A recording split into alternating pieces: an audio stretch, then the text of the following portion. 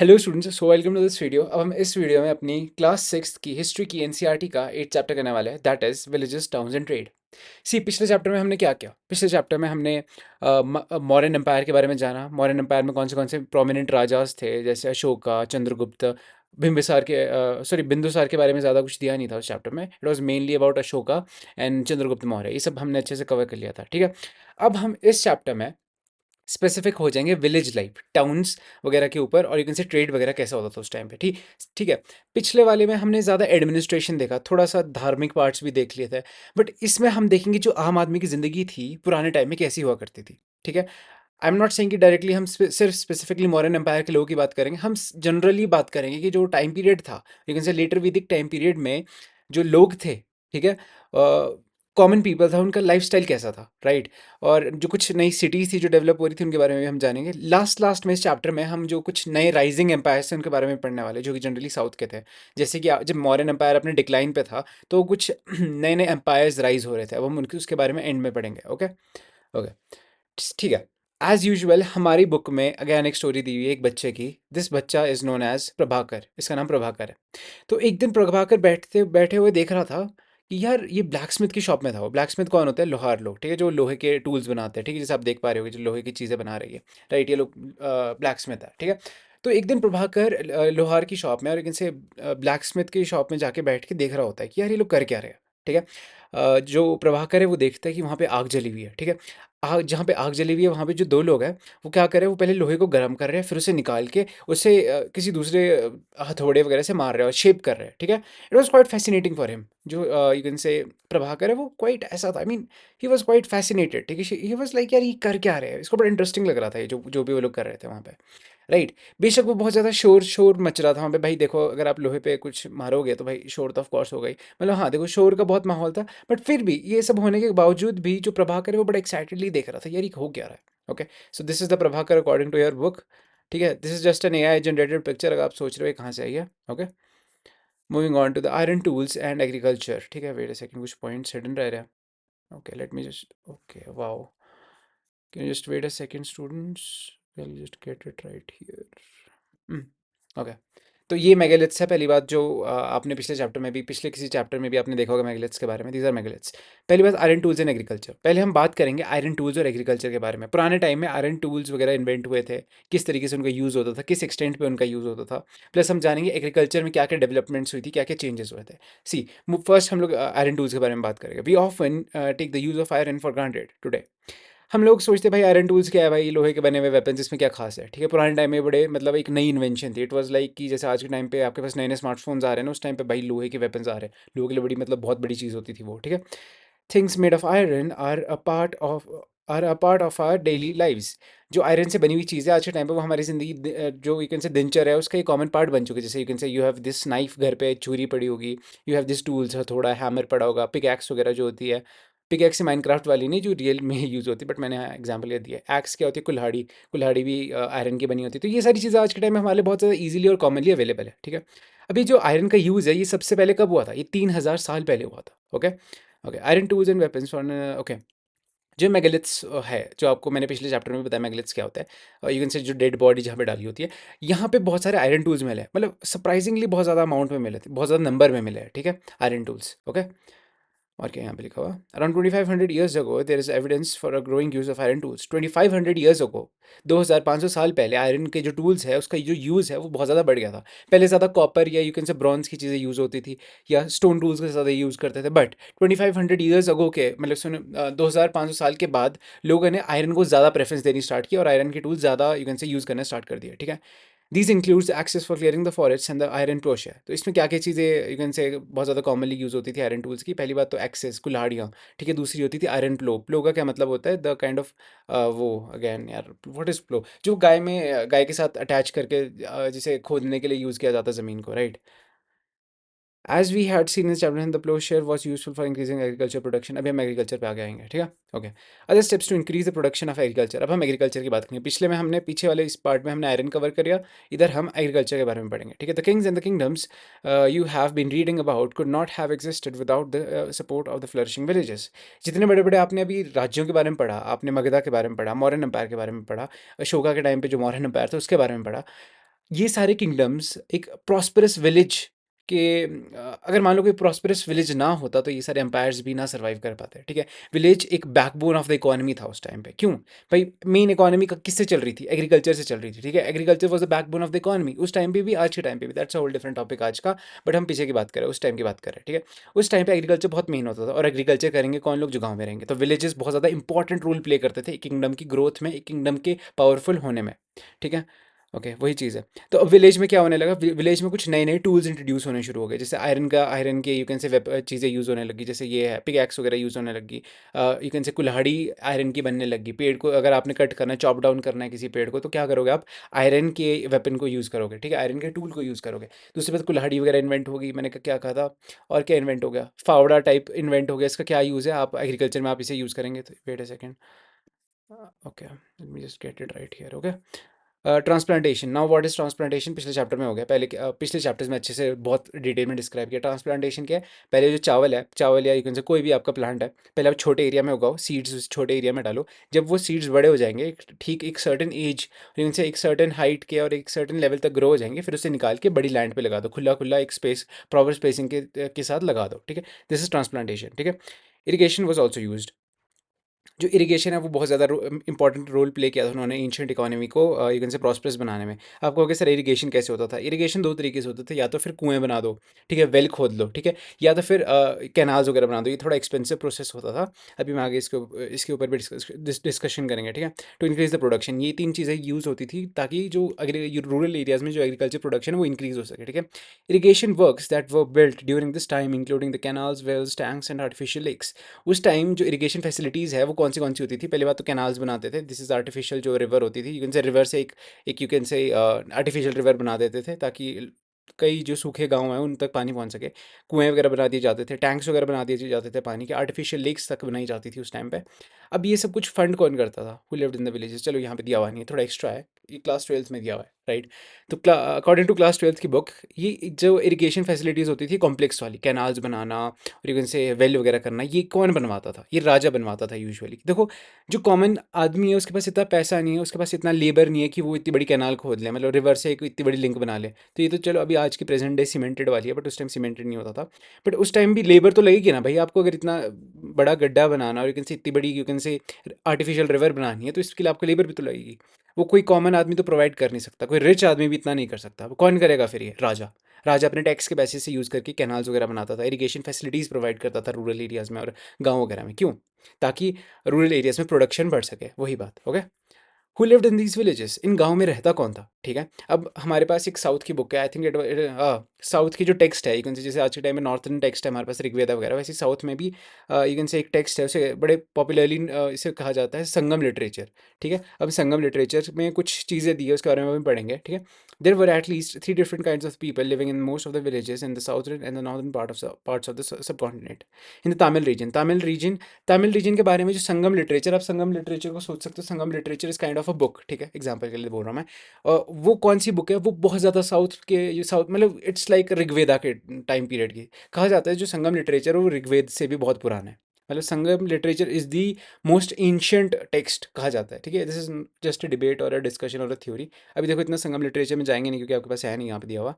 तो इसमें इतना बताता हूँ, जो संगम लिटरेचर वो भी बहुत पुराना है जैसे ऋग्वेद है, ठीक है। तो संगम लिटरेचर में बताया गया है कि वहाँ पे तीन कैटेगरी के लोग हैं, ठीक है। तीन कैटेगरी के लोगों में डिवाइड किया हुआ है सोसाइटी को, ठीक है। First was the large land owners, ठीक है। ऐसे लोग जिनके पास बहुत सारी ज़मीन है, उन्हें क्या कहा जाता था? एक नाम दिया गया उन्हें, क्या नाम दिया गया? विलारस। विलारस कहा जाता है उनको, जिनके पास बहुत ज़्यादा ज़मीन है। ऐसे लोग जिनके पास बहुत छोटी छोटी ज़मीन है, एक किसान टाइप है, मतलब इनसे अपनी ज़मीन है, उगाते खुद है, बट थोड़ी छोटी ज़मीन है, उन्हें क्या कहा जाता है? उजावर। उजावर उन्हें कहा जाता है, किसको? स्मॉल फार्मर्स को, ठीक है। Now the third category the landless labourers, ठीक है, दे आर जस्ट वर्कर्स, ठीक है। इन वर्कर्स और लैंडलेस लेबरर्स को क्या कहा जाता है? They are these also include slave, जो गुलाम होते थे उन्हें भी इसी कैटेगरी में आप डालेंगे। उनके लिए एक नाम यूज़ किया गया in Sangam literature, that is known as adimai, and this is kadaisiyar और adimai is the name used for these people, okay. अब नॉर्दर्न पार्ट्स की बात हो रही है, देखो जो तमिल रीजन और जो साउथ रीजन की बातें हैं वो हमें किसने बताई है? संगम लिटरेचर ने। अब नॉर्थ के बारे में बात करेंगे, ठीक है, okay. In the villages headman was known as the gram bhojak. अब देखो, जो गाँव का हेड होता था, गाँव का यू कैन से प्रधान टाइप पर्सनैलिटी होती थी, सरपंच टाइप का है, बहुत ही लेमैन लैंग्वेज में बोल रहा हूँ मैं, डोंट बी टू स्पेसिफिक, ठीक है? 6th क्लास के लिए एक एग्जाम्पल दिया मैंने ये सिर्फ, ठीक है? जो गाँव का हेड है, उसे एक टाइटल दिया गया था, उसका नाम क्या टाइटल था वो? ग्राम भोजक का, ठीक है? जो ग्राम भोजक की पोस्ट थी वो हेरिडिटरी होती थी, मतलब ग्राम भोजक का जो बेटा है वो अगला ग्राम भोजक बनेगा, उसका अगला बेटा अलग अगला ग्राम भोजक बनेगा, मतलब जो ये हेडमैन विलेज का जो हेड है वो हेरिडिटरी चलता था, ठीक है? फैमिली के अंदर ही चलता था। Okay, the gram bhojak was often the largest land owner. जो ग्राम भोजक है वो सबसे ज़्यादा यू कैन से सबसे ज़्यादा ज़मीन होती थी ग्राम भोजक के पास यूजुअली, ठीक है? स्लीव्स एंड हायर्ड वर्कर्स, ठीक है? अब जो ग्राम भोजक है यूजुअली गुलाम वगैरह होते थे इसके पास, या ये वर्कर्स को हायर करता था ताकि उसकी ज़मीन पे काम किया जा सके, आई मीन ताकि उसकी ज़मीन कल्टीवेट की जा सके, ठीक है? आई मीन वो लेबर्स को यूज़ करता था अपनी एग्रीकल्चर पर्पसेस के लिए, सीधी सी बात, ठीक है? ओके। जो राजा है, राजा ग्राम भोजक को ड्यूटी दे देता था, क्या ड्यूटी दे देता था कि भाई ऐसा करो, तो ग्राम भोजक भाई तू ना टैक्स वगैरह कलेक्ट करके मुझे देगा, ठीक है? तो gram bhojak was also a tax collector, ठीक है? He also function as a जज and sometimes as a policeman. जो ग्राम भोजक है वो जज भी होता था, मान लो किसी के गाँव में झगड़ा होगा तो ग्राम भोजक आएगा, वो बताएगा कि भाई कौन ठीक है कौन गलत है, डिसीजन फाइनल ग्राम भोजक का होगा। And sometimes as a policeman, मान लो झगड़ा वगैरह हो गया, अब वो झगड़ा रिजॉल्व करना है तो क्या होगा, ग्राम भोजक के पास भी एक छोटू टाइप आर्मी होगी, अब जिसके थ्रू वो ये सब कुछ झगड़ा सुलझाएगा, ठीक है? I'm stuttering, never mind. Okay, apart from the Grama Bhojak, there were other independent farmers known as the Grihapatis, most of whom were the small landowners.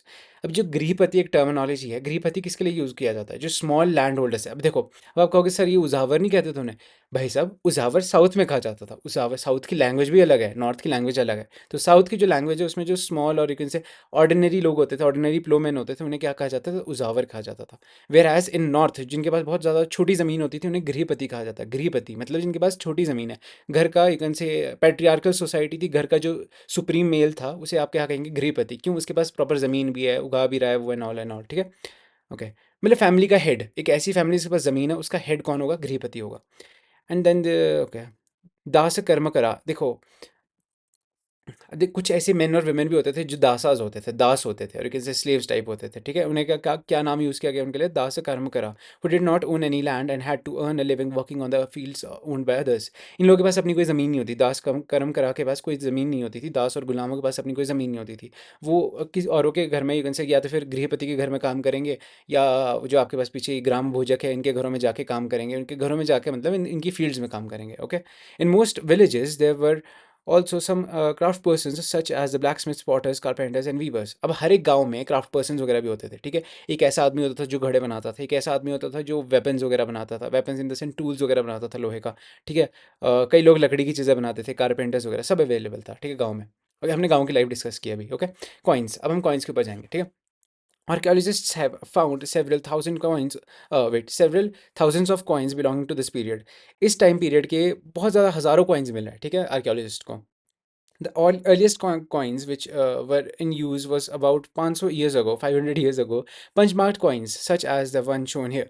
जो सबसे पहला इंडिया में कॉइन आया था वो पंचमार्क्ड कॉइन्स थे, वो ऐसे दिखते थे, ठीक है? आप सोच रहे होगे कब से करेंसी कोई भी मतलब यू कैन से कॉइन वगैरह कब से यूज़ होने लगा था? वो पहले कॉइन यही थे जो सबसे पहले यूज़ होने स्टार्ट हुए थे, ठीक है? These are also known as the punch marked coins. ये 500 साल पहले इसका प्रेवलेंस बढ़ा था। Okay, for about 500 years with the weight कह रहे सॉरी, 500 साल पहले नहीं, 500 साल तक, नेवर माइंड, मैंने थोड़ा गलत बोल दिया ये, ठीक है? जो सबसे पुराने कॉइन थे वो 500 साल तक यही चले थे उस टाइम पे, ठीक है? हम कब की बात करें? लेटर वैदिक के यू कैन से एंड की बात कर रहे हैं, बस ऐसा आप याद रख लो, जो लेटर वैदिक का पीरियड का जो एंड है हम थोड़ा उसकी बात कर रहे हैं, तो वहाँ पे जो सबसे पहले कॉइन्स आए थे वो इस तरीके के कॉइन्स थे, ठीक है? लेटर वैदिक के आप मान लो, ठीक है? लेटर वैदिक के अंदर जो कॉइन्स थे वो ऐसे थे, इन्हें क्या कहा जाता था? Punch mark coins. ओके, ये करीब 500 साल तक यही यूज़ होने लगे थे। बाद में गोल्ड कॉइन्स वगैरह भी आए थे, सिल्वर कॉइन्स काफ़ी थोड़े लेट आए थे, चलो उसके बारे में बाद में बात करेंगे, क्योंकि वैसे हमारे पास आपके पास है नहीं है कॉइन्स की इतनी डिटेल, तो मैंने आपको थोड़ा एक्स्ट्रा बता के रखा है, ठीक है? Cities with many functions, cities में बहुत ज़्यादा काम किए, जब अलग अलग फंक्शंस होते थे सिटी के, ठीक है? सिटी की अलग अलग तरह तरह की इंपॉर्टेंस होती थी। अब हम उसके बारे में पढ़ेंगे। एक एग्जाम्पल हमारे पास दिया हुआ है मथुरा का, ठीक है? Very often a single town was important for the variety of reasons. एक सिंगल टाउन बहुत ज़्यादा रीजन्स के लिए इंपॉर्टेंट होता था, ठीक है? Let's just take an example of Mathura. अब हम मथुरा के बारे में पढ़ेंगे, ठीक है? Mathura historical significance, Mathura has been the important settlement for over 2500 years. 2500 सालों तक, और आज भी मथुरा एक one of the most important settlement है, ठीक है। आज के टाइम पे तो कल्चरल वैल्यू मथुरा की बहुत ज़्यादा है। सी, आपको पता है मथुरा में कृष्ण जी के पूजा वगैरह होती है, बहुत सारे मंदिर है कृष्ण जी के, तो मतलब कृष्ण जी से एसोसिएटेड एक धार्मिक जगह है मथुरा आज के टाइम पे। उस टाइम पे भी बहुत ज़्यादा इंपॉर्टेंट जगह थी, बाकी हम डिटेल्स आगे पढ़ेंगे, ठीक है। Located at the crossroads of two major trade and travel routes northwest to the east and north to south। अब देखो मथुरा एक सेंट्रल लोकेशन थी। मान लो कोई आदमी है जो पाटलिपुत्र से, मैं एग्जाम्पल दे रहा हूँ पाटलिपुत्र का, ठीक है। मान लो कोई आदमी जो पाटलिपुत्र से जिसने तकसीला जाना, तो बीच में मथुरा तो पड़ेगा ही, तो it was mine kind of जो मिडिल लोकेशन टाइप, और यू कैन से रेस्टिंग प्लेस टाइप थी मथुरा, ठीक है। मतलब ट्रेड रूट के रास्ते के बीच में पड़ने वाली जगह थी मथुरा, ओके। अब मान लो किसी बंदे ने कश्मीर से स्वर्ण नगरी जाना है, ठीक है, कश्मीर से स्वर्ण नगरी जाना है, तो वो भी मथुरा होके ही जाएगा। तो मतलब एक जो मथुरा है वो रास्तों के बीच में पड़ता था हमेशा, जो लॉन्ग रूट्स होते थे उसके बीच में एक टाउन पड़ता था, वो था मथुरा, ठीक है। अब आप कहोगे सर ये आप क्यों बता रहे हो कि मथुरा, इससे क्या फ़ायदा है? मैं आपको बताऊँ ना, मान लो जो शहर किसी रास्ते के बीच में पड़ते हैं वो ज़्यादा जल्दी डेवलप होते हैं। क्यों? लोग रुकेंगे, इकोनॉमिक एक्टिविटीज़ होगी, लोग कुछ चीज़ें खरीदेंगे, बेचेंगे। अब आपको पता है ना, रोड हेड में किसी की दुकान हो, मान लो हम आज के टाइम पे क्या होता है प्रेजेंट डे सोसाइटी में, मान लो किसी की एनएच पे, नेशनल हाईवे पे दुकान है, तो I mean he is the richest person, ठीक है, उसकी दुकान बहुत ज़्यादा कमाएगी। क्यों? लोग रुकेंगे, सामान खरीदेंगे उससे। उसी तरीके से मथुरा थी। मथुरा उस टाइम के किसी एक एनएच का पार्ट था, ठीक है, एक लोकेशन थी जो उस एनएच के बीच में थी, तो मथुरा बहुत डेवलप हुई थी उस टाइम पे। ओके। सिटी के फीचर्स, मथुरा के कुछ फीचर्स है। First of all fortification surrounding the city. जो मथुरा है उसके अराउंड किलाबंदी हुई हुई थी। व्हाट इज किलाबंदी? ठीक है, मथुरा के अराउंड दीवार बनी हुई थी, प्रॉपर मथुरा बंद हुआ पड़ा था, ठीक है। बंद इन द सेंस ताले नहीं लग रखे थे, मतलब प्रॉपरली प्रोटेक्टेड था by the walls. It contain several shrines. अब आपको पता है मथुरा के अंदर, Mathura is famous for Krishna ji की पूजा एंड ऑल, तो मथुरा में बहुत सारे मंदिर हैं, ठीक है, वही बात यहाँ पे की हुई है, contain several shrines. Agricultural support, farmers and herders from adjoining the areas provided food for the city people. अब जो मथुरा के नज़दीकी जो गांव है, गांव से लोग आते थे मथुरा, मथुरा में आते थे, अपना जो सामान था वो बेचते थे। आई मीन जैसे मान लो कि किसान है, किसान अपने चावल या अपना आटा बेचेगा, ठीक है, उसके बदले वो चीज़ें को और खरीदेगा अपने काम के अपने अकॉर्डिंगली, ठीक है। उसी तरीके से मान लो कुछ लोग हैं जिनके पास बहुत सारी गाय है, तो गाय का क्या करेंगे, वो अपने मिल्क प्रोडक्ट्स को शहर में मथुरा में आके बेचेंगे, फिर उसके बदले वो और चीज़ें खरीदेंगे। ये सब कुछ चलता, मतलब जो बेसिक ट्रेड था वो किसके बीच चलता था? जो रूरल एरिया के लोग थे, फार्मर्स और यू कैन से हर्डर्स थे, उनके बीच में, और शहर के लोगों के बीच में। Okay. Art and culture, renowned for the producing the extremely fine sculptures because the second capital of the Kushana around the 2000 years ago। पहली बात तो मैं एक चीज़ बताता हूँ, Mathura was famous for another thing, that was a sculpture of Lord Buddha। Book में नहीं दिया, थोड़ा सा एक्स्ट्रा है, थोड़ा सुन लो, ठीक है। लॉर्ड बुद्धा के कई सारे स्कल्पचर्स मिले, कई सारे स्टैचूज मिले, कहाँ से? मथुरा से। देखो लॉर्ड बुद्धा के स्टैचूज मेनली पुराने टाइम में दो जगह पे बनते थे, एक तकसीला में, एक बनते थे मथुरा में। मथुरा में जो बुद्धा के स्टैचूज बनते थे वो थोड़े अलग थे, तकसीला में जो बनते थे वो थोड़े अलग थे। पर कहने का मतलब ये है कि Mathura was one of the site जहाँ पे स्कल्पचर्स वगैरह बहुत एक्सीलेंट क्वालिटी के बनते थे, ओके। और दूसरी बात जो कुशानाज है, अब आपको समझ नहीं आएगा कि सर अब कुशानाज कौन है, कुशानाज चीज़ क्या है, तो आई मीन देखो आपका जो डाउट है वो जेन्युइन है। Do I have a map? नहीं, मेरे पास नहीं है मैप। बट मैं आपको एक चीज़ बताता हूँ, जैसे मौर्यन एम्पायर था, जब मौर्यन एम्पायर खत्म हुआ, तो मौर्यन एम्पायर के बाद भी तो कुछ एम्पायर्स आए होंगे, ठीक है। मौर्यन एम्पायर्स के बाद भी जैसे ही मौर्यन एम्पायर्स खत्म हुआ, तो उसके बाद ना काफ़ी ज़्यादा छोटे छोटे एम्पायर्स थे। आई मीन कोई एक बहुत बड़ा एम्पायर नहीं था आया था कभी, ठीक है। एक सुंगास आए थे, उसके बारे में हम नहीं पढ़ेंगे, आपकी बुक में भी नहीं है वो, तो इसलिए सुंगास को एक सेकंड के लिए साइड रखो। बस हम इतनी बात करेंगे कि मौर्यन एम्पायर के बाद बहुत ज़्यादा छोटे छोटे किंगडम्स आए। और उन छोटे छोटे किंगडम्स के बाद एक थोड़ा बड़ा एम्पायर आया था, वो कौन सा एम्पायर था? कुशना एम्पायर। अभी कुशना एम्पायर कहाँ कहाँ फैला हुआ था? Do I have a map? Wait a second. ठीक है, बस आप इतना मान लो, जो कुशना एम्पायर है वो यहाँ था, वो सिर्फ ऐसा था, वो कुछ इस एरिया में फैला था सिर्फ, ठीक है। वो इधर कुशना कभी यहाँ नहीं पहुंचे, कुशना सिर्फ ऊपर ऊपर वाले एरिया में ही रहे, नॉर्थ इंडिया के भी बिल्कुल नॉर्थ वाले पोर्शन में ही रहे, जिसमें मथुरा वगैरह भी कुशानास के अंडर ही आता था, ठीक है। थोड़ी एक्स्ट्रा नॉलेज है, ठीक है, ओके। थोड़ा कुशनाज के बारे में, कुशानाज के बारे में आपको आइडिया होगा, तो इसलिए मैंने आपको ये बता दिया बैकग्राउंड, ठीक है। सिटीज़ विद मैनी फंक्शंस, जो सिटीज़ थी उसमें बहुत सारे फंक्शंस होते थे, जैसे रिलीजियस इंपॉर्टेंस, ठीक है। मथुरा की बहुत ज़्यादा रिलीजियस इंपॉर्टेंस थी, मैंने आपको बताया। मथुरा में पहली बात कृष्ण जी की पूजा के लिए तो मथुरा फेमस है ही, प्लस बुद्धा के स्कल्पचर्स भी बनते थे, मतलब बुद्धा की भी बहुत सारी श्राइन्स हुआ करती थी वहाँ पे, ठीक है। और जैनिज़्म की भी काफ़ी ज़्यादा सेंटर्स है, यू कैन से काफ़ी ज़्यादा श्राइन्स जैनिज़्म की भी मथुरा में लोकेटेड थी, ओके। सारी चीज़ें हो चुकी है, okay. Inscriptions found on the stone slabs and the statues, mostly short, recording the gifts to the monasteries and the shrines, ठीक है। Donors include the king, queens, officials and merchants and craft person, ठीक है। अब क्या है, जो मथुरा में मंदिर वगैरह बने हैं, कुछ स्टैचूज़ वगैरह बने हैं, कुछ चीज़ें बनी हैं, उस पे इंस्क्रिप्शंस है। इंस्क्रिप्शन का क्या मतलब, उन स्टैचू में कुछ ना कुछ लिखा हुआ है कहीं न कहीं पे, ठीक है? अब वो चीज़ें क्या लिखी हुई है? अब आपके मन में भी क्वेश्चन आएगा कि स्टैचू में क्या लिखा होगा? आप सोच रहे हैं, हाँ, सिर्फ नाम ही तो लिखा होगा कि भाई किसकी स्टैचू है, और उनका थोड़ी बहुत उस जिस जिस भी चीज़, जिस भी आदमी का वो स्टैचू है, उसके बारे में तारीफ़ लिख दी होगी, नहीं। उसमें एक और चीज़ लिखी जाती थी कि भाई किन-किन लोगों ने पैसा दिया है स्टैचू को बनाने के लिए, ठीक है? कहने का मतलब किन-किन लोगों ने डोनेशन दिया। मान लो कोई मंदिर बना है, तो मंदिर कैसे बनता है? किस पैसों से बनता है? डोनेशन के पैसों से। ठीक है, डोनेशन इन द सेंस दान किए हुए पैसे से तो मंदिर बनेगा, ठीक है। अब मान लो जिन जिन लोगों ने दान किया है उस मंदिर के बनने बनने के लिए, उन लोगों का नाम लिख दिया जाता था स्टैचूज़ में, दीवारों में, अलग अलग जगहों पे, ठीक है। डोनर्स, कौन से डोनर्स होते थे, कौन कौन डोनर्स होते थे, जैसे राजा या रानी, या कुछ सरकारी ऑफिशियल्स, मर्चेंट्स या क्राफ्ट पर्सन, मतलब जो बिजनेसमैन वगैरह, उनके नाम भी होते थे। क्राफ्ट पर्सन जो छोटी बहुत चीज़ें बनाते थे अपने हाथ से, उनके भी नाम होते थे, जो वो डोनेट करेंगे पैसे वगैरह, ठीक है। ऑक्यूपेशंस मेंशन्ड, ठीक है। कौन सी ऑक्यूपेशंस होती थी मथुरा वाले रीजन में और उस टाइम की सिटीज़ वगैरह में, ठीक है। First is the gold Smith मतलब सुनार, जो ज्वेलर्स वगैरह होते थे, वो लोग होते थे वहाँ पे। आई मीन सिटीज़ में वो लोग बड़े प्रेवलेंट थे। प्लस ब्लैक स्मिथ कौन होते हैं? लोहार लोग, जो लोहे के वेपन्स वगैरह बनाएंगे या टूल्स बनाएंगे, ओके। वीवर्स, जो यू कैन से कपड़ा बनाएंगे, ठीक है। बास्केट मेकर, जो बास्केट बनाएंगे, यू कैन से बैम्बू वगैरह को यू कैन से वीव करके एक बास्केट बनाएंगे, ठीक है। गार्लैंड मेकर्स, और यू कैन से मालाएं बनाने वाले, और परफ्यूम्स बनाने वाले। अब एक चीज़ देखना, जहाँ पे गार्लैंड और परफ्यूम आ रहा है, आपको एक चीज़ पता नहीं लग एक चीज़ आपको पता लग रही होगी कि भाई, अगर परफ्यूम बनाने वाले इतने पॉपुलर है उस टाइम के, तो मतलब वहाँ के जो लोग हो गए वो कितने रिच और कितनी प्रॉस्परस लाइफ जी रहे होंगे। भाई परफ्यूम बनाने का टाइम तभी आया ना, जब आपके पास जो ये बेसिक आपकी यू कैन से सुख सुविधाएं थे, वो आपके पास ऑलरेडी अवेलेबल थी, ठीक है। अगर मान लो आपके पास खाने वगैरह की सामान ना हो, आपके पास बहुत टफ जिंदगी हो, तो आप परफ्यूम तो क्यों ही लगाओगे? आप सोचोगे भाई खाने के लिए 2 टाइम की रोटी मिल जाए, मोर देन एनफ। बट इस टाइम देखो, उस टाइम पे देखो, उस टाइम पे लोग परफ्यूम वगैरह भी बेच रहे थे। मतलब कहने का मतलब है कि बहुत अमीर लोग हुआ करते थे उस टाइम के, okay. Crafts and craft persons, पहली बात तो ना, एक मैं आपको चीज़ बता देता हूँ। It includes the north black polish ware, मैंने आपको बताया। हर एक जगह पे चीज़ों को बनाने का एक स्टाइल था, जैसे मैंने पीछे भी बात किया, आप पीछे भी आपको पॉटरी वगैरह के स्टाइल के बारे में मैंने बताया था। अब जो ये वाला एरिया था, यहाँ पे एक पॉटरी बड़ी पॉपुलर हो रही थी, that was known as northern black polish ware, ठीक है। Northern black polish ware it was. अब देखो, नॉर्दर्न ब्लैक पॉलिशवेयर क्या है? It is a style of pottery, ठीक है। It's a design of pottery, it's a specific pattern and a blueprint of a certain design, ठीक है। ये एक डिज़ाइन है स्पेसिफिक, इसलिए इसको एक स्पेसिफिक नाम दिया गया है। जैसे मैंने आपको पहले भी कहा था कि आप सोच रहे हो, सर हमें क्यों जानना है कि क्यों है, इस क्या नाम है इस पॉटरी का, ये इस डिज़ाइन का नाम क्या है? इससे क्या पता लगेगा कि यहाँ के लोग थोड़े अलग थे दूसरे लोगों से। ये इट्स अ डिस्टिंग्विश करने के लिए एक बहुत इंपॉर्टेंट फैक्टर बन जाता है ये, कि भाई इन लोगों के द्वारा जो बनाई गई पॉटरीज है वो थोड़ी अलग है एज़ कम्पेयर टू द जो पास्ट में जो लोग थे, ठीक है। ओके, तो आर्कियोलॉजिस्ट ने इस पॉटरी को क्या नाम दे रखा है? North black polish ware, okay. NBPW से शॉर्ट फॉर्म में कहा जाता है, ठीक है। A type of fine pottery, कहने की तारीफ ही किया और कुछ नहीं किया।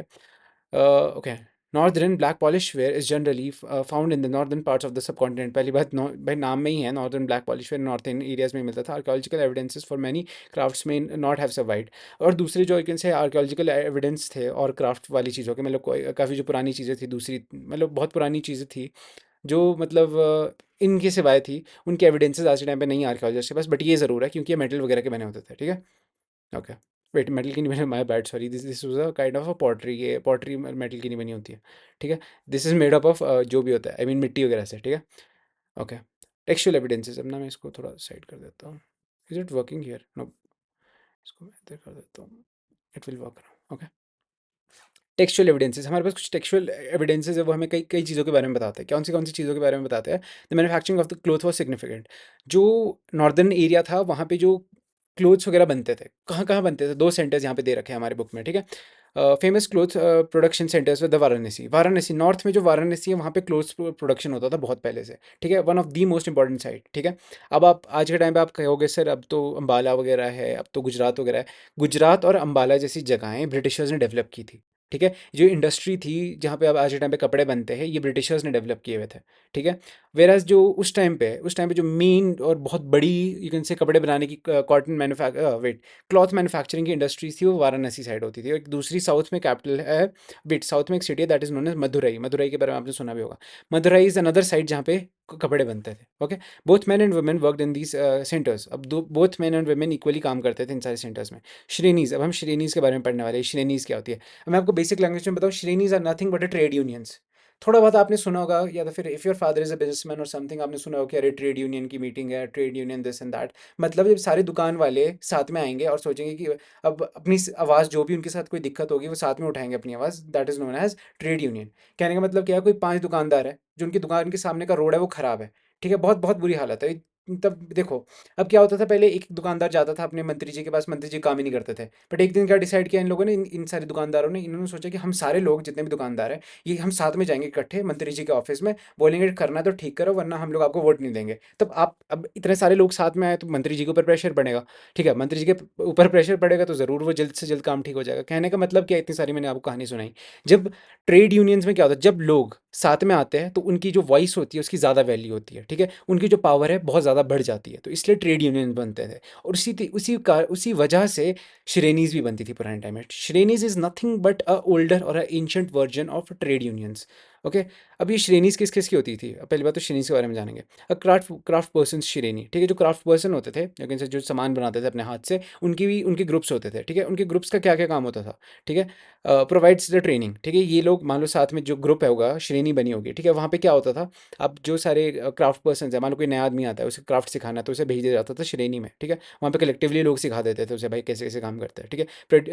प्रोक्योर्ड रॉ मटेरियल, जब सारे बिजनेसमैन, सारे दुकानदार साथ में आएंगे, जो क्राफ्ट पर्सन हो गए, उनको मान लो कोई पत्थर लेने जा, प्रेशियस स्टोन लेने जाना, डायमंड लेने जाना है, तो ये सारे दुकानदार साथ में जाएंगे और साथ में बड़ा ऑर्डर प्लेस करेंगे, उनको काफ़ी डिस्काउंट भी मिलेगा बड़े ऑर्डर पे। आपको पता ही, इतना आपको पता होगा कि जब आप ज़्यादा चीज़ें लेते हो किसी दुकान से तो आपको सस्ती पड़ती है वही चीज़, ठीक है। डिस्ट्रीब्यूटेड द फिनिश प्रोडक्ट्स, अब मान लो आपको दुकानों में बेचना है सामान, तो उसमें भी मान लो जितने सारे क्राफ्ट पर्सन थे, मान लो वो एक यूनियन में, एक संगठन में साथ में है वो, तो ईजिली वो चीज़ कंट्रोल कर सकते हैं कि भाई कितना सामान कहाँ बेचना है, कैसे कैसे दुकानें सेटल करनी है, ऑल, ठीक है।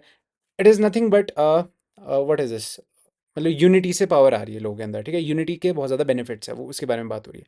मर्चेंट्स श्रेणीज, अब जो सारे दुकानदार थे, अभी तो हमने क्राफ्ट पर्सन की बात करी जो लोग चीज़ें बनाते थे, अब हम बात करेंगे मर्चेंट्स की। मर्चेंट्स कौन है, जो सामान बेचते हैं, मतलब proper sort of a trade union, ठीक है, दुकानदारों का संगठन, organisation. Okay, okay, they organise the trade. Merchants क्या करेंगे, ये ट्रेड वगैरह के ऊपर ही ध्यान देंगे, सीधी सी बात है, इनके जो ग्रुप होगा, श्रेणी बनेगी, वो उसी के ऊपर ध्यान देती थी। श्रेणीज फंक्शंस एज अ बैंक्स, जो आपकी श्रेणीज है, जो ये ट्रेड यूनियंस टाइप है उस पुराने टाइम के, ये बैंक की तरह भी फंक्शन करते थे। कैसे बैंक की तरह फंक्शन करते थे, ठीक है, जो अमीर लोग हैं, अमीर लोग क्या करते थे, अपना पैसा श्रेणीज में रख देते थे, ठीक है, मेजॉरिटी तो अच्छा एक अमाउंट श्रेणीज में रख देते थे, श्रेणी में डिपॉजिट कर दिया रिच मैन ने लोग।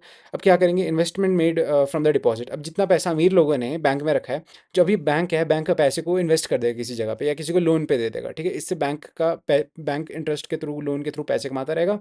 और हाँ, बस एक बैंक का बेसिक स्ट्रक्चर उस टाइम पे डेवलप हो चुका था, ये कहने की बात है, ठीक है। इंटरेस्ट वॉज रिटर्न और use to support the religious institution, example the monasteries. अब जब मान लो जो रिच आदमी ने पैसा वापस निकालना तो उसे इंटरेस्ट भी मिलेगा, ठीक है। कई बार क्या होता था, वो रिच आदमी वो जो सारा इंटरेस्ट उसे एक्स्ट्रा मिलता था वो क्या करता था, किसी मंदिर में डोनेट कर देता था, दैट्स इट। ओके, अब हम बात करेंगे एक साइट की, दैट इज़ अरिका मेदू, ठीक है। अब देखो मेरी थोड़ी प्रोनाउंसिएशन अलग हो सकती है क्योंकि भाई थोड़ी साउथ की लैंग्वेज अलग है, दैट्स द रीज़न, ठीक है। This is known as Arikamedu, इस जगह के बारे में हम पढ़ने वाले हैं, ठीक है। Closure look at areca medu. अब मैं आपको एक बेसिक सी चीज़ बताता हूँ, अरिका मेडू जो एक जगह है, यहाँ पे बहुत ज़्यादा ट्रेड होता था। ट्रेड क्यों होता था, अब बेसिकली आप इसकी लोकेशन देखो, ये कहाँ पे है, कोस्ट में है, ठीक है, जो समुंदर है उसके साथ। अब समुंदर में कौन आती है, बोट्स आती है। बोट्स कहाँ से आती है, दूर दूर जगहों से बोट आएगी, ठीक है। बोट कहाँ, यहाँ पे आएगी। यहाँ पे क्या करेगी बोट, अपने अंदर से सामान निकालेगी और यहाँ पे बेचेगी, यहाँ की जगह पे जितने भी लोग रहते हैं उनके बीच। कहने का मतलब it's more of a trading centre, ठीक है। यहाँ पे इंपोर्ट एक्सपोर्ट जो होता है, इंपोर्ट एक्सपोर्ट आपको पता है क्या होता है। इंपोर्ट मतलब जब आप सामान अपने देश से बाहर बेचते हो, वेट अपने wait what I am saying, export means जब आप अपने देश से सामान बाहर बेचते हो। इंपोर्ट मतलब जब आप किसी दूसरे बाहर के देश से सामान अपने देश में खरीदते हो, लाते हो, ठीक है, that is known as import. Export मतलब चीज़ें बाहर भेजना। तो इंपोर्ट एक्सपोर्ट कहाँ होता था, अर्कामेडू में। ओके, क्लोजर लोकेट अर्कामेडू, ठीक है। ओके, तो लोकेशन, अब देखो ये कहाँ पे है, पहली बात जो ये कोस्टल सेटलमेंट है अर्कामेडू की, ये कहाँ पे, पुडुचेरी के साथ है। देखो पौंडीचेरी पुडुचेरी थोड़े साथ साथ में है, तो मतलब ये कहने का मतलब है कि पुडुचेरी के साथ अर्कामेडू लोकेटेड है। Okay, okay. टाइम पीरियड, ये कब फ्लरिश हुआ था, जो ये आपका अर्कामिडू है कब डेवलप हुआ था एज अ कोस्टल टाउन और a coastal trade centre type location. ये 22,000 सॉरी वेट 2200 साल या उससे 1900 साल पहले की बात हो रही है, ठीक है। 2200 साल से 1900 साल पहले, जैसे 2200 से लेके 1900 ईयर्स अगो ये डेवलप हुआ था ये टाउन, ठीक है। सिग्निफिकेंस, ठीक है, served as a port while where the ships unloaded the goods from the distant lands. It served as a port, it was a sea port, ठीक है। यहाँ पे शिप्स आती थी, सामान वगैरह रख देती थी या दूसरा सामान अपनी दूसरी कंट्री ले जाती थी। It was more of a ship जहाँ पे सामान वगैरह बेचती वगैरह थी, ठीक है। बाहर से मतलब जहाँ इंपोर्ट एक्सपोर्ट होता था, अगैन वही बात, ठीक है। आर्कियोलॉजिकल फाइंडिंग्स, आर्कियोलॉजिस्ट ने जब आर्कामेडू साइट को एक्सकवेट किया, वहाँ पे कई सारी चीज़ें मिली, अब हम उसके बारे में पढ़ेंगे, ठीक है। Massive brick structure, possibly a warehouse, कुछ ऐसे ऐसे स्ट्रक्चर मिले। This is a direct image of Arikamedu. देखो ये कोई ऐसी एआई जनरेटेड नहीं है, this is the real image. ये आर्कामेडू में एक यू कैन से खंडर टाइप पड़ा है। अब आर्कियोलॉजिस्ट कहते हैं कि मोस्ट प्रोबेबली ये ना एक वेयर हाउस टाइप होगा, you can say warehouse या स्टोर हाउस टाइप होगा, ठीक है। इम्पोर्ट पॉटरी, अब जब आर्कियोलॉजिस्ट ने एक्सकवेट किया, उन्हें एक स्पेसिफिक तरह के पॉटरी मिली, एक स्पेसिफिक तरह के घड़े मिले। उन घड़े में एक चीज़ कॉमन होती थी कि दोनों साइड हैंडल्स होते थे, जैसे आप देख पा रहे हो यहाँ दोनों साइड हैंडल है, और इसकी एक शेप कुछ इस तरीके की होती थी, और इसमें कुछ बना होता था, एक सिम्बल्स टाइप बने होते थे। जब आर्कियोलॉजिस्ट ने इसे स्टडी किया तो आर्कियोलॉजिस्ट को पता लगा कि ये यहाँ का नहीं है, ये रोमन एम्पायर का है। रोमन एम्पायर कहाँ है पता है आपको? जहाँ पे टर्की इजराइल वगैरह है ना, वेट, हाँ आप ये समझ लो, जो टर्की इजराइल वाला एरिया, इटली वाला area, that is Roman Empire. बस आप इतना समझ लो, रोमन एम्पायर से इटली वगैरह से, ठीक है। इटली जैसी जगहों से चीज़ें आती थी। ये जो घड़े थे ये इटली को बिलोंग करते थे, ठीक है। अगर आपको रोमन एम्पायर नहीं पता है तो आप बस इतना याद रखो, ये जो घड़े हैं ये इटली साइड से बने होते थे। देखो एग्जाम में इटली नहीं लिखना है आपने, एग्जाम में रोमन एम्पायर ही लिखना है, ठीक है। ये सारे घड़े कहाँ से आते थे? ये रोमन एम्पायर से आते थे। इस इन घड़ों का एक स्पेसिफिक नाम था, amphorae. Amphora is the name of this घड़ा, स्टाइल ऑफ दिस घड़ा, ठीक है। फ्रॉम द मेडिटेरेनियन कौन सा सी है जो अफ्रीका और यूरोप को जो बांटने वाला जो बीच का सी है, that is known as Mediterranean sea. Okay, okay. Arretine ware, अब जो ये स्टाइल था स्पेसिफिक, जैसे हमारे वाले को जो नॉर्थ वेस्टर्न ब्लैक वेयर कहा जाता था, जैसे इसके नॉर्थर्न ब्लैक पॉलिश वेयर, जैसे जैसे इन हमारे पॉटरी को कहा जाता था, इनके पॉटरी के लिए एक अलग नाम दिया गया था, that is known as Arretine ware कहा जाता था इनको। अब आपको कैसे पता है? अब देखो, और एक और चीज़ इसमें डिस्टिंक्टिव क्या मिली, एक प्रॉपर डिज़ाइन टाइप मिली इन पॉट्स में, ठीक है। ये डिज़ाइन हमारे को क्या बताती है कि ये कहाँ बने थे, ठीक है। और इससे हमें ये भी पता लगता है कि ये रोमन एम्पायर से आए थे। Okay, stamps with the red glaze pottery from the Italy made using the stamp, कहने का मतलब ये इटली से आए थे। ये आपके जो डिज़ाइन वगैरह थे इसमें ये बताते थे, ठीक है। Local pottery inspired by the Roman designs. अब कुछ लोकल पॉटरी भी डेवलप हुई। व्हाट इज़ लोकल पॉटरी, ठीक है। जिसे जैसे हमारे लोगों ने जब ये घड़े देखे, ठीक है, रोमन एम्पायर के घड़े देखे, इटली के घड़े देखे, हमें इटली की डिज़ाइन बहुत पसंद आई। तो जो हमारे लोकल यू कैन से घड़े बनाने वाले लोग होते थे, पॉटर्स होते थे, जो ये घड़े वगैरह बनाते थे, उन्होंने क्या डिसाइड किया कि यार हम भी इनकी डिज़ाइन को थोड़ा कॉपी करते हैं, क्योंकि इनकी डिज़ाइन बड़ी सुंदर है। तो इन्होंने भी थोड़ी बहुत डिज़ाइन कॉपी करने शुरू कर दी, और थोड़ी मतलब हमारा जो इंडियन पॉटरी है वो भी इनसे बहुत इन्फ्लुएंस हुई। जो हमारी पॉटरी वो भी थोड़ी you can say Roman pottery और इटालियन पॉटरी जैसी दिखने लगी, ठीक है।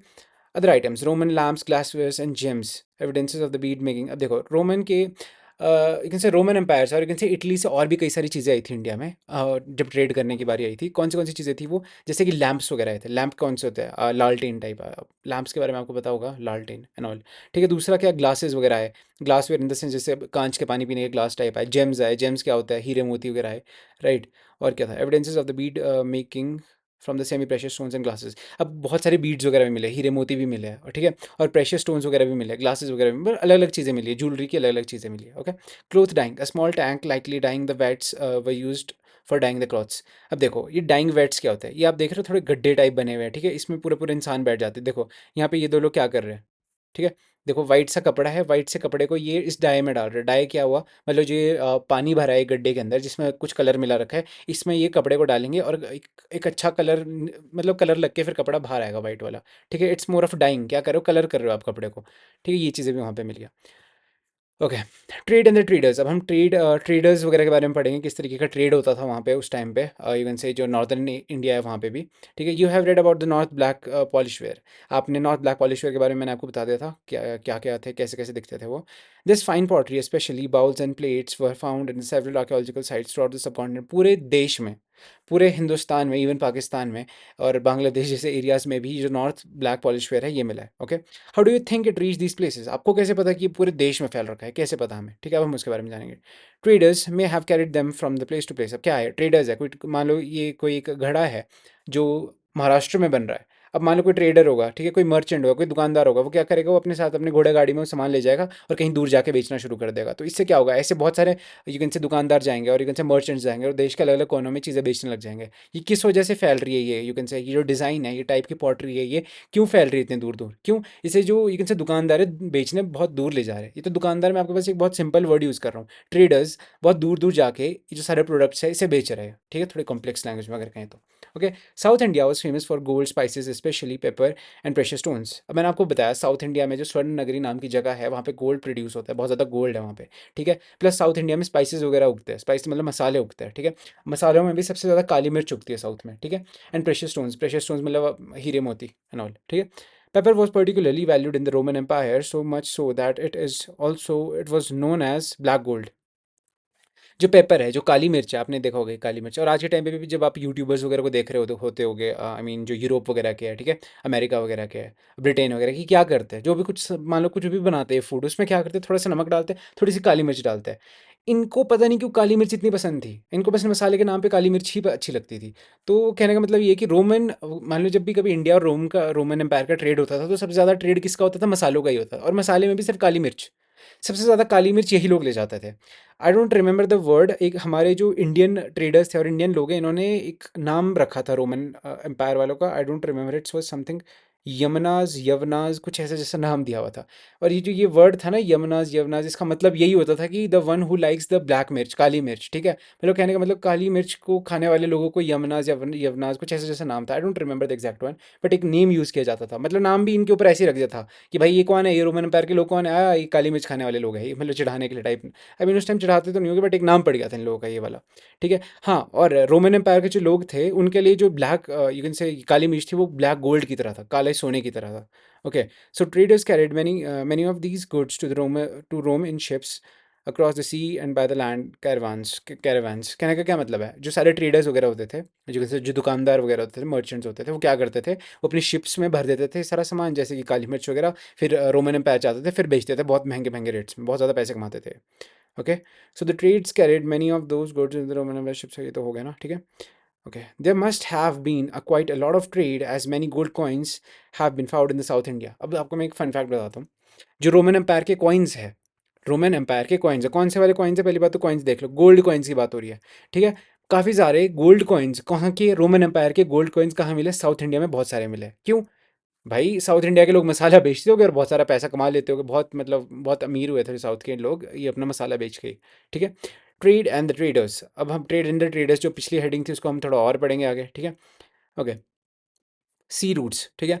Traders explored both coast and the open sea routes. जो हमारे ट्रेडर्स थे उन्होंने अच्छे से एक्सप्लोर कर रहे थे, वो अपना जितना भी हमारे इंडिया के पास ओशन है, समुद्र है, उसे अच्छे से एक्सप्लोर करते हैं। मैप है हमारे पास, देखो हमारे जो ट्रेडर्स थे इनके पास क्या है, देखो दोनों तरफ पानी है, आराम से मान लो किसी को जस्ट टेक एन एग्जाम्पल, तो फुल मैप नहीं है। बे ऑफ बंगाल में मान लो कोई बंदा चेन्नई में बैठा है, लेकिन से यहाँ पे बैठा है, जो आपकी पिछले वाली साइड थी, पुडुचेरी में बैठा है, तो पुडुचेरी से बंदा क्या करेगा, यहाँ से बोट निकालेगा और सीधा बंगाल पहुँच जाएगा विद इन नो टाइम, ठीक है। कोई घोड़ा घारी नहीं, कोई कुछ नहीं, कोई घोड़े को रेस्ट नहीं देना, कोई घोड़े को घास नहीं खिलाना, सीधा अपनी बोट डालनी और बैठ चले जाना, सीधा बंगाल पहुँच जाओगे। अब वही बात यहाँ पे मान लो कोई उस टाइम पे पुणे वगैरह थोड़ा ठीक था, ठीक थोड़ा डेवलप्ड था, जैसे यहाँ पे एक गिरनार है, ये भी one of the kind of एक अच्छी जगह थी, कोस्टल एरिया था। तो यहाँ से मान लो कोई बंदा बैठेगा बोट में, सीधा पहुँच जाएगा कहाँ पे, ओमान साइड, ठीक है, सऊदी अरब साइड, सऊदी पहुंच जाएगा, ठीक है, दुबई साइड पहुंच जाएगा, बस बोट ले जानी है और यू कैन से बैठ जाना है और बोट में सीधा आप वहाँ पहुंच जाओगे, परे पहुंच जाओगे। कहने का मतलब क्या है, इंडिया के पास इतनी बड़ी कोस्ट लाइन है कि इंडिया की जो बॉर्डर है, इंडिया की बॉर्डर में इतना सारा पानी है, तो इससे क्या होता था, जो इंडिया में लोग ट्रेड करना चाहते थे उनके लिए ट्रेड करना बहुत ईजी हो गया था। Okay, okay, trade explored both the coastal and the open sea routes. हाँ, कहने का मतलब वही मतलब है। Major routes include the Arabian Sea and the Bay of Bengal. जो बहुत कॉमन और बहुत बड़े रूट्स थे वही होते थे, बे ऑफ बंगाल और अरेबियन सी के, ठीक है। जो ये वाले रूट्स है, जो यहाँ से आप बैठोगे और यहाँ पहुँच जाओगे। Another one of the important एक दूसरा रूट कौन सा था, यहाँ बैठोगे और सीधा अरेबियन सी से पहुँच जाओगे कहीं भी आपने जाना है तो। ओके, कहाँ है हम, अब देखो use of the monsoon winds. अब जब बोट है, देखो बोट में आप एक चीज़ देख रहे होगे, देखो ये प्रॉपर कपड़ा वगैरह लगा होता है, कपड़े से क्या होता है कि जब हवा चलती है तो जब हवा चलेगी ना, तो इस कपड़े में पानी नहीं बोल रहा हूँ, हवा ट्रैप होगी। हवा ट्रैप होने से क्या मतलब है कि हवा के साथ, हवा के सपोर्ट से जो शिप है वो अपने आप चलने लग जाएगी।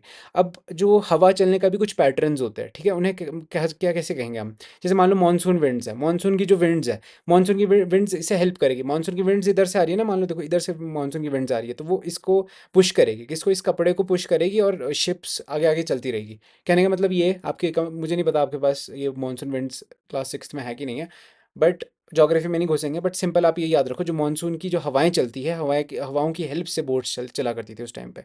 हवाएं भी स्पेसिफिकली जो मानसून विंड्स थी, ठीक है, मानसून विंड ज़्यादा क्विक होती थी, फास्ट होती थी मानसून वाली विंड्स, ठीक है, इससे ज़्यादा जल्दी आप डिस्टेंस कवर कर सकते थे, ठीक है।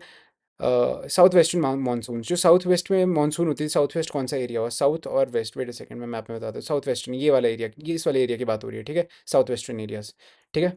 Okay, south western monsoon use to sail from eastern Africa to Arabia to the western coast of the subcontinent. कहने का मतलब क्या है, कोई बंदा अगर ईस्टर्न अफ्रीका, अरे रुक जाओ, मान लो यहाँ नीचे अफ्रीका है, आपको इतना तो पता ही होगा, थोड़ा बहुत जोग्राफी की नॉलेज तो होगी। मान लो यहाँ पे अफ्रीका है, जो आपकी साउथ वेस्टर्न विंड्स है वो कहाँ से चलेगी, वो यहाँ से यहाँ की तरफ चलेगी, ठीक है, यहाँ से यहाँ की तरफ चलेगी, ठीक है। कोई बंदा बैठ रहा है अफ्रीका से, मान लो कोई शिप आनी है बहुत बड़ी जिसमें बहुत सारा सामान है, तो अफ्रीका वाले देखेंगे कि भाई टाइम आ गया है, साउथ मानसून चल पड़ी है साउथ वेस्टर्न, लेकिन जो साउथ वेस्टर्न मानसूनल विंड्स है वो चल पड़ी है, वो ये चीज़ चेक करेगा। जैसे उसे लग जाएगा पता कि साउथ वेस्टर्न मानसून विंड्स चल चुके हैं, वो अपनी बोट डाल देगा ओशन में, ठीक है, सामान वगैरह भर देगा। फिर वो मज़े से देखेगा हाँ भाई हवा चल पड़ी है, तो वो मज़े से बैठ जाएगा और वो डायरेक्ट सीधा इंडिया पहुंच जाएगा। क्यों, विंड्स चली हुई है, कहाँ, इंडिया की तरफ चली है, कौन सी मानसूनल मानसूनल विंड्स चली है, ठीक है, हवा की डायरेक्शन के हिसाब से वो पहुंच जाएगा।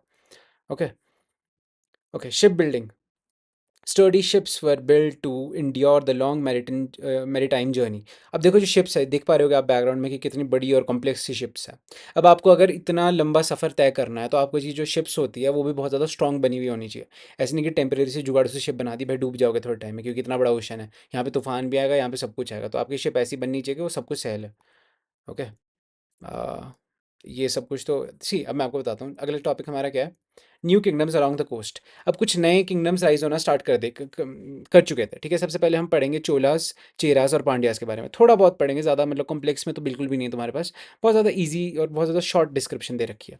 आपको इतना पता है कि this is the Mauryan Empire, ठीक है, ये ऊपर वाला सारा इतना बड़ा मौर्यन एम्पायर है, पर आप देख पा रहे होगे कि मौर्यन एम्पायर पूरा साउथ में नहीं फैल पाया। क्यों नहीं फैल पाया साउथ में? साउथ में ऐसा क्या था, साउथ में कुछ साउथ के छोटे छोटे किंगडम्स थे, जैसे कि चोलास, चेरास, पांड्यास, यहाँ पे पता नहीं कौन सा केरला पुत्तरा लिखा है, पर इसकी जगह आप मान लो कि चेरास यहाँ पे, ठीक है, चोला, चेरास और पांड्यास, ये सारे यहाँ पे छोटे छोटे किंगडम्स लोकेटेड थे, ठीक है। ये एंड तक मौर्य कभी इनको, मौर्यन एम्पायर इसे कभी कैप्चर नहीं कर पाया था इस एरिया को, ये हमेशा रहे थे।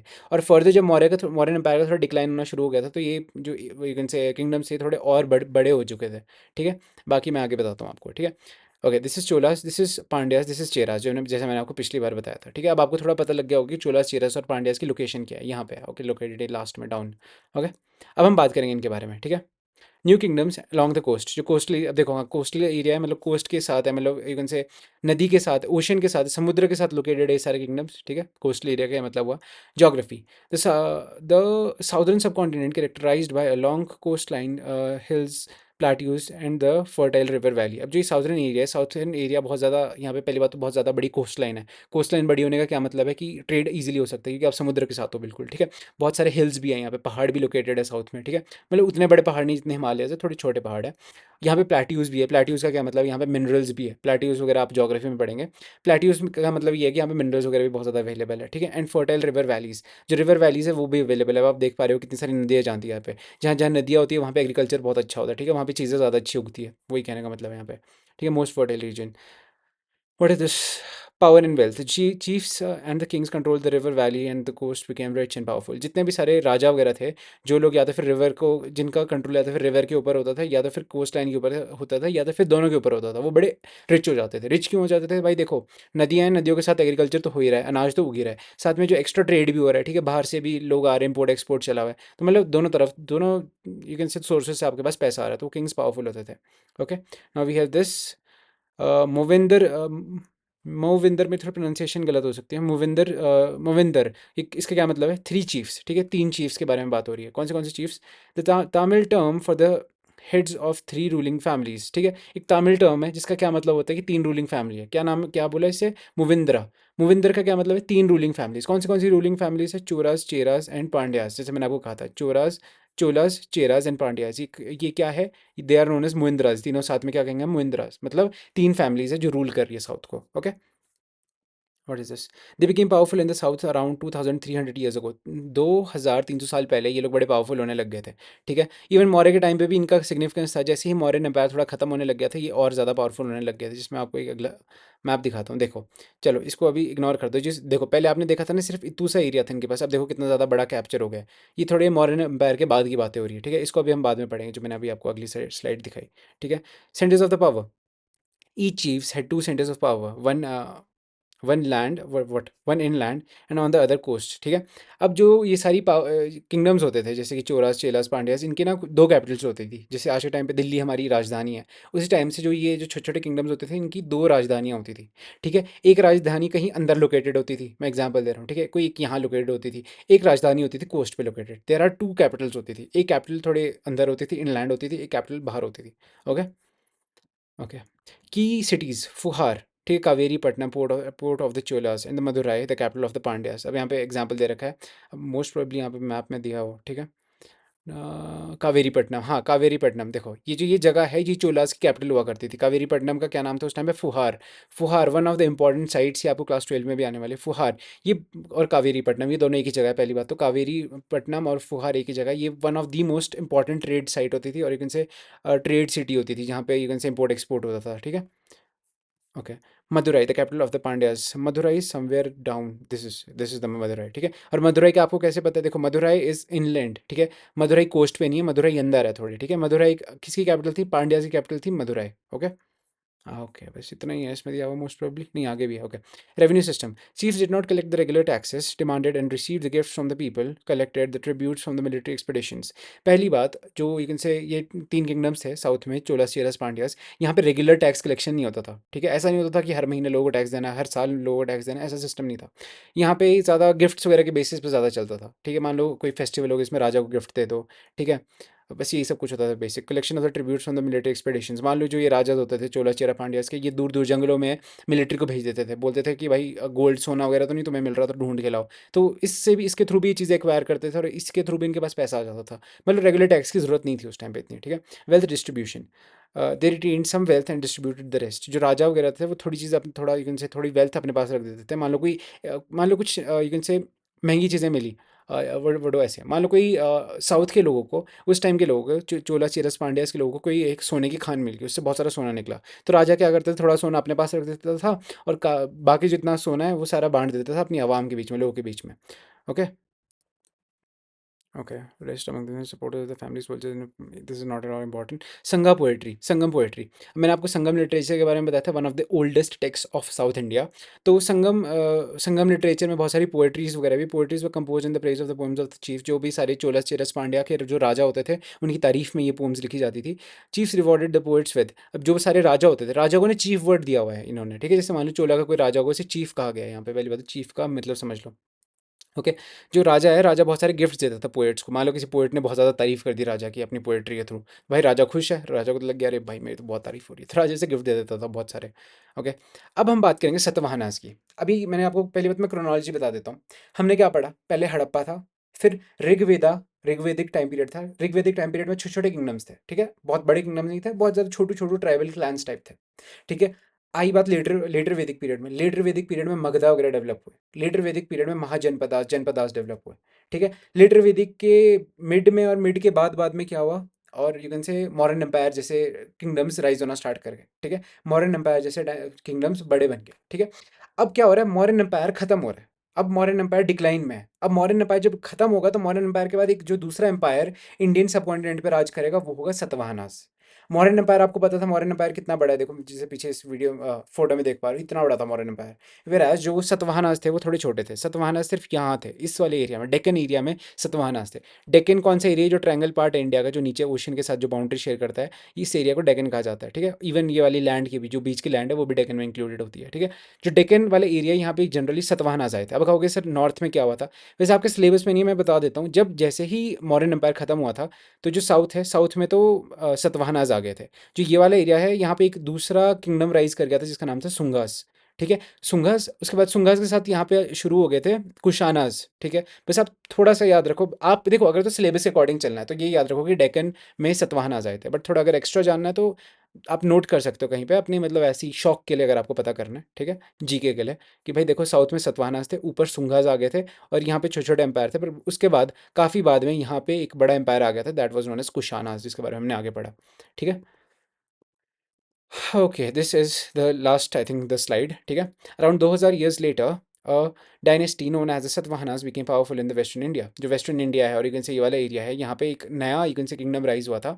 उस एरिया का क्या नाम था? सतवाहनास। अब देखो सतवाहनास के पास क्या क्या एडवांटेजेस थे। पहले तो उज्जैनी जैसी जगह सतवाहनास के पास आ गई थी, जो कि पहले मौर्यन एम्पायर वगैरह में बहुत इंपॉर्टेंट हुआ करती थी। ठीक है, उज्जैनी एक another administrative capital of Mauryan Empire अब किसके पास है? सतवाहनास के पास है। ठीक है, और दूसरी सतवाहनास के पास कौन सी जगह थी? जो स्वर्णगिरी जो जगह थी, अमरावती, जो देखो कितने इंपॉर्टेंट इंपॉर्टेंट साइट्स अब सतवाहनास के पास थी। तो सतवाहनास एक डेवलप भी नहीं कहेंगे, एक बहुत काफ़ी अच्छा और स्ट्रॉन्ग किंगडम बन चुका था। ओके, अब हम स्पेसिफिकली सतवाहनास के बारे में पढ़ेंगे। The most important ruler of the Satavahana was the Gautami पुत्र श्री सत्कारिन। जो गौतमी पुत्र श्री सत्कारिन है, ये one of the most strongest Satavahana के रूलर थे। ठीक है, one of the most renowned और we can say one of the most recognized ruler. ठीक है, we know about him from the inscription composed on behalf of his mother Gautami बलाशिरी। अब देखो इनके बारे में हमें कैसे पता है? जो इनकी मदर है, इन्होंने कई सारी यू कैन से इंस्क्रिप्शंस लिखवाई थी। किसके बारे में लिखवाई थी? अपने बेटे के बारे में लिखवाई थी कि मेरा बेटा कैसा है, क्या है। ठीक है, और उनकी मदर का क्या नाम है? एक बार याद रख लो, गौतमी बलेश्वरी। गौतमी बलेश्वरी इनकी मदर का नाम है। He and the other Satavahana rulers were known for the as the lord of the Dakshinapatha. दक्षिण कौन सी जगह है? पहले तो याद रखो, दक्षिण इज साउथ। ठीक है, they are the lords of Dakshinapatha, मतलब साउथ के एरिया के भगवान है ये लोग। जो साउथ के लिए जो रास्ता जाता है, उसके भगवान कौन है? यू कैन से सतवाहना के रूलर्स। ठीक है, literally the route leading to the south. Dakshinapatha का क्या मतलब है? Route that is leading to the south, एक रास्ता जो साउथ की तरफ जा रहा है। Which was also use as a name for the entire southern region. You can say दक्षिण पथा पूरे साउथ के लिए भी यूज़ किया जाता था। ठीक है, एक चीज़ जो यहाँ पे लिखी हुई है। ठीक है, he sent his army to the eastern and the western and the southern coast. जो भाई साहब है, जो आपके ये रूलर है गौतमी पुत्र श्री सतकारनी, ये अपने जो यू कैन से आर्मी है, इसको हर डायरेक्शन में भेजते रहते थे कि भाई कहीं पे एक्सपैंड करने की अगर अपॉर्चुनिटी, मतलब बड़े विजनरी टाइप लीडर थे ये। ठीक है, एक्सपेंशन के ऊपर थोड़ा बिलीव करते थे। बेशक वो इतना ज़्यादा एक्सपैंड नहीं कर पाए, किया ज़रूर, बट पूरा इंडिया को तो नहीं कर पाया कैप्चर। मतलब इतना एरिया ही मेजरली इन्होंने कैप्चर किया, थोड़ा बहुत और इधर का कर लिया होगा, बट इतना ज़्यादा नहीं कर पाए थे वो कि मतलब पूरा इंडिया ही सतवाहनास के अंडर है। ऐसा नहीं हो पाया कभी। So I think this is the end of the video. I hope this video is helpful. Make sure to like, students, if you think this video was helpful. So this is the end, guys. Bye bye.